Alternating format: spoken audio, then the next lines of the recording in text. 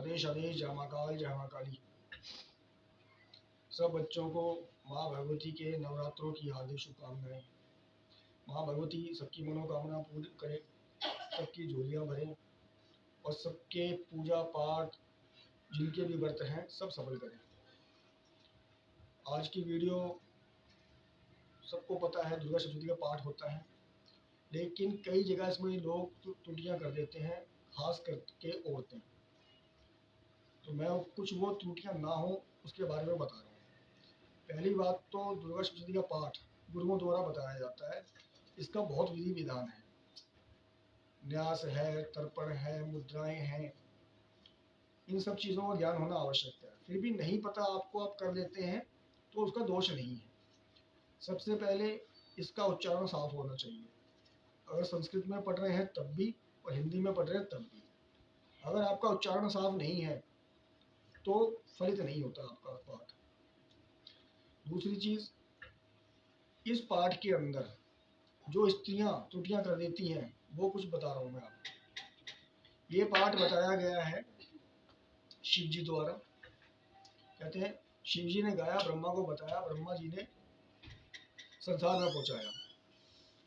तो जब ये पाठ किया जाता है स्त्रियों द्वारा, तो इस पाठ में कई जगह पुरुष लिंगों के बारे में, पुरुष अंगों के बारे में बताया गया है कि माँ इस अंग की रक्षा करें, इस अंग की रक्षा करें। उसमें पुरुष अंगों के बारे में बताया गया है। तो कई स्त्रियां उसी को तोते की तरह रट लेती हैं, जो लिखा हुआ वही पढ़ लेती हैं, अपनी बुद्धि से काम नहीं करते लोग। जहाँ पे पुरुष अंग जनान अंगों के बारे में बताया गया है, वहाँ स्त्रियों को स्त्री अंग का नाम लेना चाहिए।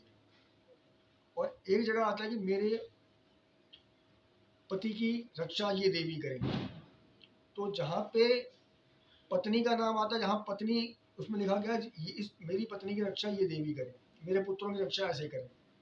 तो जहाँ पे पत्नी शब्द आता है वहाँ पे आपको पति शब्द लगाना चाहिए। जो औरतें शादीशुदा हैं, जिनकी शादी नहीं हुई, जो लड़कियाँ कुंवारी हैं, और उनको मेरा होने वाला पति ये शब्द बोलना चाहिए।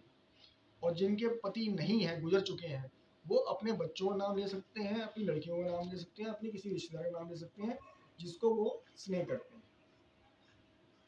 इस प्रकार से जो लिखा हुआ है वही पढ़ के फायदा नहीं है, क्यों अपना दिमाग लगाना पड़ता है इसके अंदर। तो कई लोग ये त्रुटियां करते हैं, इसलिए उन्हें लाभ प्राप्त नहीं होता। और जब भी पाठ करें सबसे पहले जमीन पे बैठ के, आसन होना चाहिए। ज़्यादा कुछ नहीं आता आपको, आसन बांधना नहीं आता, शरीर बांधना नहीं आता, क्योंकि इस पाठ के वक्त देवी जी के साथ में पूरी सेना चलती है।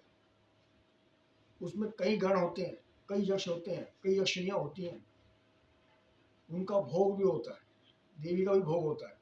वो एक बहुत लंबा प्रोसेस है, क्योंकि आपके घर में आप सोचो कि इतनी बड़ी सेना आ रही है, तो आपको तैयारी मेरे पहले से करके रखनी चाहिए। पहले तो आसन होना चाहिए, शरीर बांधना आना चाहिए।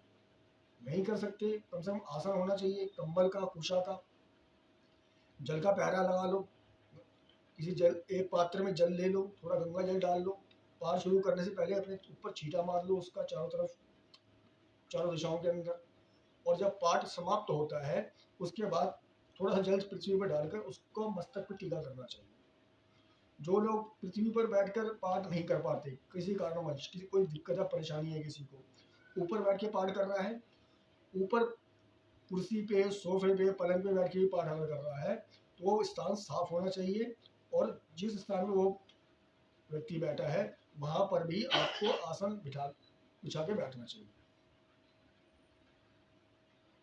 इस प्रकार से कई विधान है इसके अंदर, लेकिन सिंपल चीज़ें हैं। कुछ जो त्रुटियाँ हो जाती हैं लोगों से वो मैं बता रहा हूँ, और इसका फल मिलने के बजाय त्रुटियाँ होने के कारण परेशानियाँ आदमी की ज़्यादा बढ़ जाती हैं।